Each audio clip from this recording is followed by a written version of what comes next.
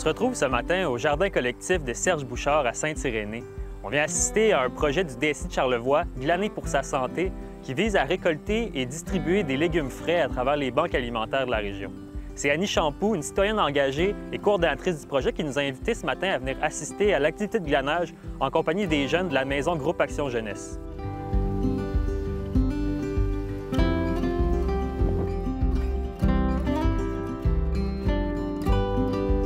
Le glanage, c'est une vieille tradition qui remonte peut-être à l'Antiquité. C'est que quand un producteur agricole fait une culture quelconque, ça peut être, dans le temps, c'était des céréales, mais oui, c'est maraîcher, à un moment donné, on se ramasse qu'on a soit pas le temps, ou soit que la production l'année a été généreuse. Fait qu'il nous reste de la production qui est au champ, mais qu'on ne pourra pas cueillir, qu'on n'a pas le temps de cueillir. Donc, le glanage, c'est de permettre à du monde qui sont généralement en situation d'insécurité alimentaire de venir chercher ce qui reste dans les jardins.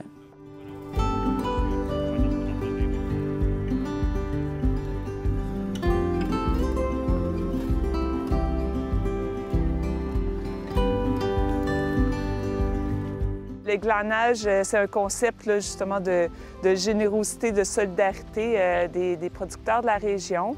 Alors, Serge Bouchard, que vous avez rencontré tout à l'heure, dans le fond, a accepté d'accueillir un groupe. Aujourd'hui, c'est la Maison des jeunes qu'on accueille ici. Alors, c'est une récolte. Dans le fond, glaner, c'est récolter les surplus des potagers pour pouvoir les partager avec les cueilleurs, la banque alimentaire, puis le producteur. C'est la première année du projet? Exactement. Mais en fait, on a pu bénéficier. C'est une concertation locale au niveau de la sécurité alimentaire qui a déterminé justement de prendre certaines opportunités au niveau de sources de financement, entre autres le CRISA, qui est le Comité intersectoriel régional en sécurité alimentaire. Donc, il y avait un budget qui était offert là pour 2 années. Donc, justement, de mettre certains volets en sécurité alimentaire pour la population la plus vulnérable. Donc, on a déposé comme n'importe qui, puis finalement, notre projet a été retenu, là. Donc, le projet se compose de 5 volets, dont le volet glanage, entre autres, là, pour redonner la communauté. Ça coupe vraiment bien. Tu vois, comme ça. Et voilà. Fait que tu peux enlever les feuilles qui sont moins belles. Puis on va le mettre dans la brouette là-bas ensuite. Fait que là, il faut que tu le casses un peu. C'est ça, direct de même. Moi, je vais te le couper. Ça vient d'où ce projet-là? C'est quoi l'historique du projet un peu? L'historique du projet, en fait, c'est qu'il y a déjà eu le circuit alimentaire qui a bénéficié du même financement pour 5 ans. Donc, c'était vraiment d'élaborer, de voir un peu toute la trajectoire alimentaire, que ce soit la production, transformation, jusqu'à la valorisation finalement des déchets. Puis ensuite de ça, bien, suite à la fin de ce projet-là, il y avait encore une enveloppe budgétaire qui était possible d'avoir, donc celle dont je parlais tout à l'heure, qui fait qu'on a postulé dessus, puis finalement, le projet a été retenu. Donc, c'est un projet qui va se déployer à partir de juin 2025 jusqu'à la fin mai, finalement, 2027, donc sur 2 ans.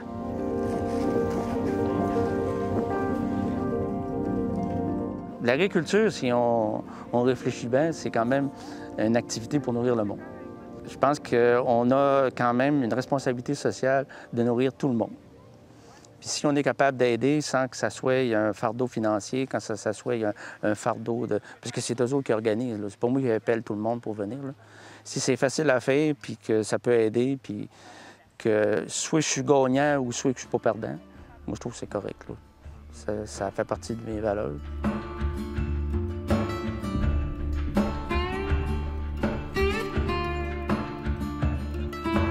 Puis la portion récolte, c'est une chose, mais il y a aussi la portion solidarité, puis redonner à son prochain.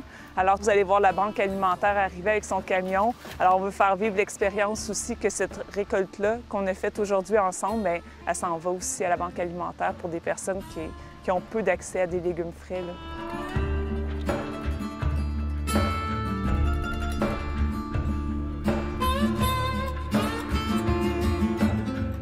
C'est ça, il y a tout le volet où on redonne aux banques alimentaires qui qui est un peu pour l'insécurité alimentaire que vous mentionnez. Exactement. Puis c'est important aussi de mentionner que c'est un projet qui se déploie sur l'entièreté du territoire de Charlevoix. Donc, c'est sûr qu'ici, au niveau du territoire de l'Est, on avait le centre, le SAC, en fait, qui, eux, avaient certains besoins au niveau de ces expériences-là de glanage. Par contre, au niveau de l'Ouest, le centre qui est Pro-Santé, qui est la banque alimentaire là-bas, avait déjà quand même une expertise, des bénévoles, des choses en place. Donc, l'idée est de ne pas créer une nouvelle entité ou de doubler des choses, c'est de vraiment venir appuyer de la meilleure façon en concertation ces démarches-là qui sont déjà sur le territoire. Donc, justement, ici, on a des activités qui sont un petit peu plus, où on les prend un petit peu plus en charge pour venir en aide, justement, à la banque alimentaire au niveau de Charlevoix-Est.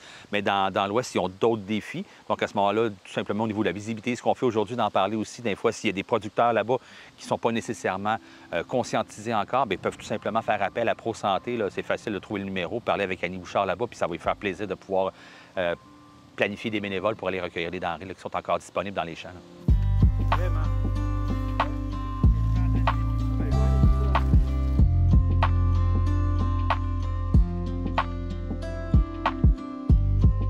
Pour nous autres, la banque alimentaire, avoir des légumes, écoute, des maraîchers puis du glanage comme ça, c'est important parce qu'on a de moins en moins dans les épiceries que moi je vais chercher à cause des Flash Hero, puis tu sais, ils essayent de récupérer. Fait que nous autres, on a de moins en moins dans les épiceries. Fait que ça, c'est merveilleux là, pour la banque alimentaire.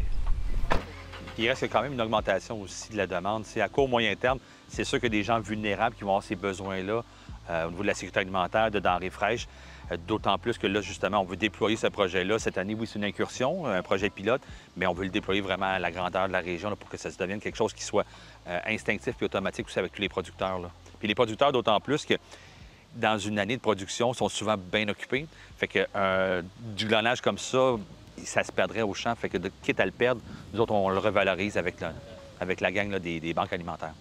Oui, puis ils font de la transformation aussi, là. Fait que, tu sais, les légumes qui sont moins beaux, peut-être, et ça, tout, là. Les filles en cuisine, ils vont transformer, il n'y a rien qui se perd.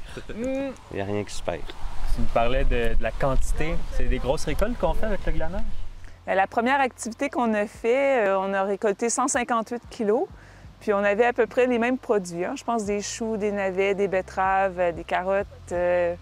Puis bien, cette fois-ci, en tout cas, j'ai l'impression que c'est sûr que du kale, c'est un peu plus léger, là, mais on devrait avoir une aussi belle récolte, sinon plus.